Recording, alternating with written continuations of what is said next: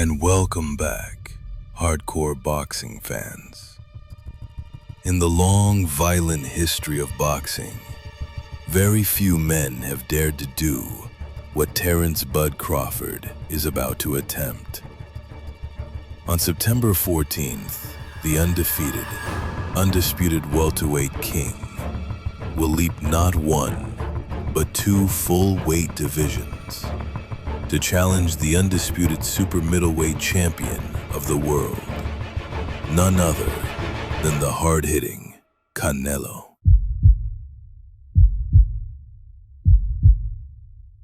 In over a century of championship boxing, only a select few have dared to leap two divisions and face the very best, and even fewer have triumphed. But let's be clear, Crawford isn't just moving up. He isn't grabbing belts from a mediocre champion or catching a legend on their way out. He is about to take a leap into the fire with no safety net. Let's dig into the boxing archives and look at other fighters who have made a similar jump successfully in the past. To make this list, a fighter must meet the following criteria. 1. Jump two full-weight divisions in a single move. No tune-ups, no catch-weights, no stops in between. 2. Face the undisputed or clearly recognized #1 champion in the higher division. 3. Win decisively. No controversy, no debate. That's why Sugar Ray Leonard versus Marvin Hagler doesn't qualify. Leonard had already fought at 154. The jump wasn't clean, and the decision? Controversial. Many believed Hagler deserved it. Roy Jones Jr. versus John Ruiz. A historic weight jump, yes. But Ruiz wasn't the top heavyweight. That was Lennox Lewis. No doubt it was bold, but it wasn't a leap into the lion's den. Looking at the stats, a clear pattern emerges. Most challengers face serious disadvantages in height, reach, or physical strength, and often more than one. Even those with speed or experience, like Amir Khan or Guillermo Rigondeaux, lack the durability or size to survive the jump. Some, like Brook and Meldrick Taylor, were talented but ran into elite power punchers with too much size. Others, like Mikey Garcia, were simply outgunned by naturally bigger, fresher champions. Terence Crawford stands out as a unique case. He's one of the few on this list to have a reach advantage. And unlike Khan or Rigondeaux, he's shown the ability to adjust to elite opposition and stay composed under fire. Only two fighters in boxing history have succeeded in this type of leap under the strictest conditions: Henry Armstrong and Roberto Duran. Henry Armstrong versus Barney Ross. In 1938, Henry Armstrong was just 25 years old, but already a whirlwind of pressure and stamina. Standing 5'5" with a 67-inch reach, he had just captured the featherweight title and immediately jumped past lightweight to challenge the great Barney Ross, the undisputed welterweight king. Ross had never been knocked down in over 80 fights. He was taller, more experienced, and had already conquered 3 weight classes, but Armstrong never gave him room to breathe.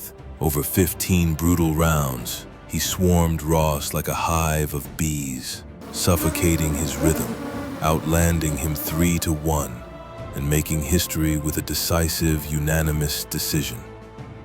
Armstrong didn't just win, he overwhelmed a legend. Roberto Duran versus Sugar Ray Leonard. In 1980, Roberto Duran moved from lightweight to welterweight without a tune-up. He was 5'7", with a 66-inch reach, facing a prime Sugar Ray Leonard, 5'10", with a massive 74-inch wingspan and Olympic pedigree. Duran was the underdog, but he dragged Leonard into a dogfight, cutting the ring, banging the body, and dictating the pace. It was a brawl, not a ballet. Duran's relentlessness beat Leonard's brilliance, and the smaller man walked away with a legendary win by unanimous decision. It wasn't just skill, it was conviction. Neither Armstrong nor Duran had the physical advantages Crawford has going into these fights. Both were shorter. Crawford at 5'8" with a 74-inch reach actually holds a reach edge over Canelo, something neither of the historical winners had. If there's one thing history makes brutally clear, it's this. Jumping 2 weight classes means more than just giving up size. You're walking into a ring with a bigger puncher, a thicker frame, and power your body has never felt before. Brook found that out the hard way. He moved up from welterweight to take on Gennady Golovkin, a full-fledged, undefeated middleweight wrecking ball. Brook had moments of success early, showing speed and skill, but it didn't matter. By round 5, his orbital bone was shattered. His corner had seen enough. The size and strength overwhelmed him. Amir Khan, same story. He faced Canelo at 160 and boxed beautifully for a few rounds, maybe even winning most of them. But Canelo was patient, calculating. And then, bang. One right hand and Khan was out cold. That's the risk. No matter how good you are, one shot from a true 160 or 168 pounder can end your night. But here's where things get interesting. Crawford fought both of them, and he beat them both more decisively than the giants they dared to face. Against Brook, Crawford didn't break a sweat. He stopped him in 4 rounds, cleaner and faster than Golovkin ever did. Against Khan, Crawford finished the job in 6. Not with one lucky punch, but by breaking him down. Canelo may have knocked Khan out, but he was losing rounds before he landed it. Crawford didn't lose a moment. So what does that tell us? Maybe Crawford's a different animal altogether. Maybe power isn't the only equalizer. Maybe skills really do pay the bills, even when the weight doesn't. And Canelo. The power is still there, the chin is still granite, but something's changed. Against Bivol, he was outgunned. Against Berlanga, methodical. Against Skull, he coasted.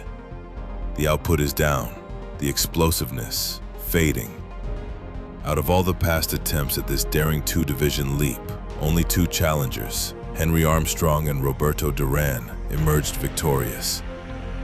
Every other fighter on this list, despite elite skill or speed, fell short. That's a 2 for 7 success rate. And while Amir Khan and Guillermo Rigondeaux both had a reach advantage on paper, they lacked the durability and physical adaptability to withstand elite, naturally bigger champions. Rigondeaux was inactive and undersized. Khan, despite his speed, had a well-known vulnerability to power. Crawford's case is different. Not only does he have a reach advantage, but unlike Khan or Rigondeaux, he combines that with arguably the most complete toolbox of anyone on this list. Crawford may be 38, but he's only fought 42 times, around 250 rounds. Canelo, over 65 fights and nearly double the ring wear. Crawford might be older, but he's also fresher. History suggests that jumping 2 divisions to fight an elite champion is an uphill battle, and most fail. But Crawford isn't like most. He brings a perfect storm of reach, skill, and discipline, making this one of the most credible attempts we've ever seen. If anyone can defy the odds and join Armstrong and Duran in that exclusive club, it's Bud. This isn't just another super fight. This is a fighter who has been doubted his whole life, daring to be great. A legacy wager with no guarantees. If Terence Crawford wins, he won't just be the best of his generation. He'll be something rarer, a man who jumped into the fire and came out a legend. Thanks for listening. See you soon, hardcore fight fans.